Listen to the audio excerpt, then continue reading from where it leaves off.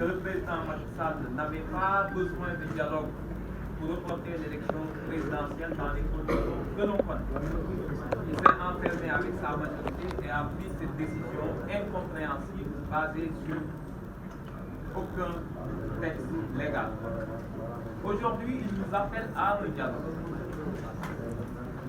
Dans ce dialogue, qui n'est pas une instance légale, il demande aux acteurs de prendre des décisions de nature constitutionnelle. C'est-à-dire de décider si, au 2 avril, il n'a pas réussi à organiser l'élection, s'il peut rester au pouvoir.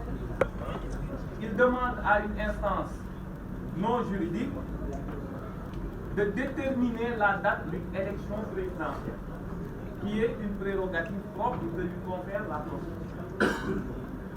Il demande en outre à cette instance, qui n'est pas une instance légale, de décider si on maintient l'élection ou on reprend complètement le processus. Vous comprendrez dans ces conditions que le FC25, qui regroupe les candidats retenus, ne puisse pas participer à ce dialogue sous ce format-là, où le président convoque à une foire d'empoigne entre ceux qui disent qu'il faut y aller et ceux qui disent qu'il ne faut pas y aller, qui sont un peu de sa galaxie, c'est-à-dire des partis et mouvements satellites, pour acter une divergence et pouvoir encore être le maître du jeu.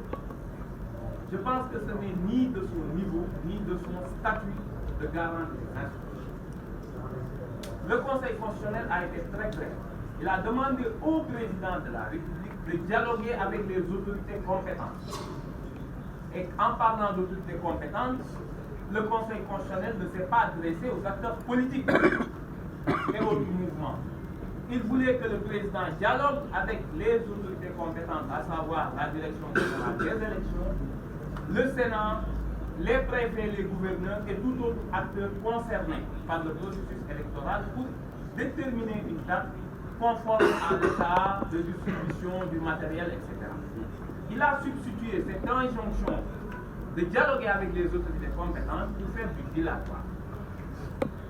Ce dialogue n'a aucun fondement légal, ce dialogue n'a aucun fondement politique. Si dialogue doit y avoir, il ne peut concerner que les 20 candidats retenus et pour un seul ordre du jour, à savoir quelle date retenir. Nous considérons que le président de la République est en train d'organiser l'ingouvernabilité du pays en décidant que n'importe comment il va retarder le processus pour qu'au 2 avril, il n'ait pas de successeur. N'ayant pas de successeur, il prend une interprétation favorable de la Constitution, prenant un article qui parle d'une élection normale, l'article 36.2, parle d'une situation normale où un président est élu et dit qu'en attendant son installation définitive, que le président puisse, en exercice, puisse rester en fonction. Cet article ne s'adresse pas au président, à la volonté, à la stratégie du président Macky Sall actuel, qui est de ne pas organiser une élection pour se retrouver dans une situation de vide et profiter de cette situation de vide pour rester au pouvoir. Je pense que ce n'est ni de son statut, ni de sa dignité. Dans ces conditions-là, rejeter le dialogue sous ce format est une impérieuse nécessité. Maintenant, il appartient au peuple sénégalais de comprendre que ce que le président Macky Sall nous prépare est beaucoup plus grave si on le laisse après le 2 avril ne pas organiser une élection présidentielle. Il faut que tout le monde en soit conscient, ça a été évoqué tout à l'heure. On va vers l'abîme, on va vers l'inconnu, on va vers des confrontations politiques interminables qui vont impacter immédiatement l'économie du pays. Dans ce sens, dans ce contexte, il faut que ce soit la manifestation de cet après-midi, que ce soit les jours prochains, qu'il y ait une succession de manifestations pour lui montrer, pour lui rappeler son obligation constitutionnelle qui est uniquement de fixer la date de l'élection. S'il sort de ce cadre en créant un vide institutionnel, il s'expose à une procédure de haute trahison, quoi qu'il arrive. Que s'il veut une procédure de pacification par ailleurs souhaitable, qu'il faut qu'il la déconnecte complètement du processus électoral.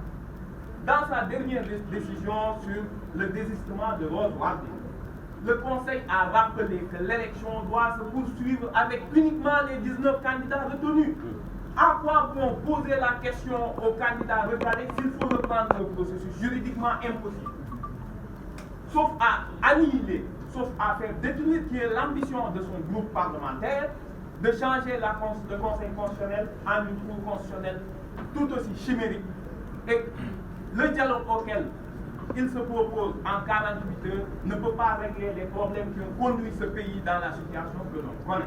Il faut que ce dilatoire cesse parce que l'économie est en berne, notre pays est vilipendé partout, nous ne sommes plus une culture démocratique, chacun s'attend au pire, et ce pire n'a qu'un seul visage et un nom, c'est Macky Sall.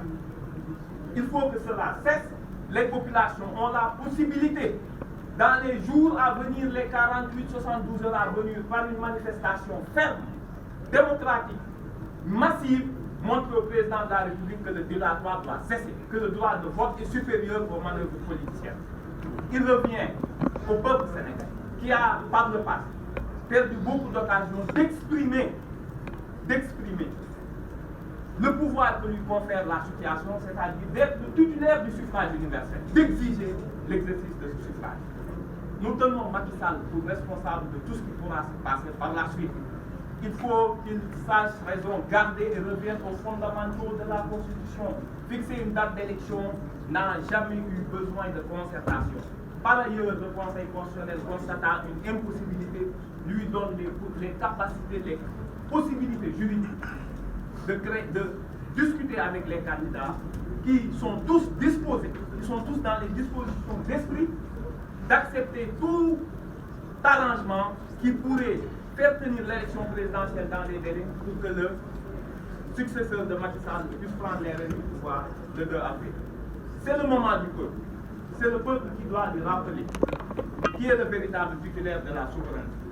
Et si ce peuple décide de laisser Macky Sall continuer dans ce dilatoire, il conduira le pays inévitablement vers des lendemains incertains que l'on souhaite. L'apaisement, la réconciliation nationale passe par un préalable, l'annonce d'une date qui va apaiser les esprits, qui va remettre le citoyen au cœur. Le droit de vote est sacré. On ne peut pas le contrebalancer par des propositions alléchantes de libération ou de pacification. Nous pensons que la situation actuelle est suffisamment grave pour que l'ensemble des acteurs politiques qui souhaitent participer au dialogue de Macky Sall pour l'accompagner dans ses procédures s'en rendent compte. Que l'avenir, ils seront tenus pour responsables de ce qui arrivera au Sénégal. Le Sénégal a besoin de paix, a besoin de tranquillité. Nous appelons le président encore une fois, s'il veut dialoguer, il y a les candidats qui sont disposés à le rencontrer, uniquement avec un ordre du jour, fixer la date de la prochaine présidentielle, ce qui n'est pas un exercice difficile.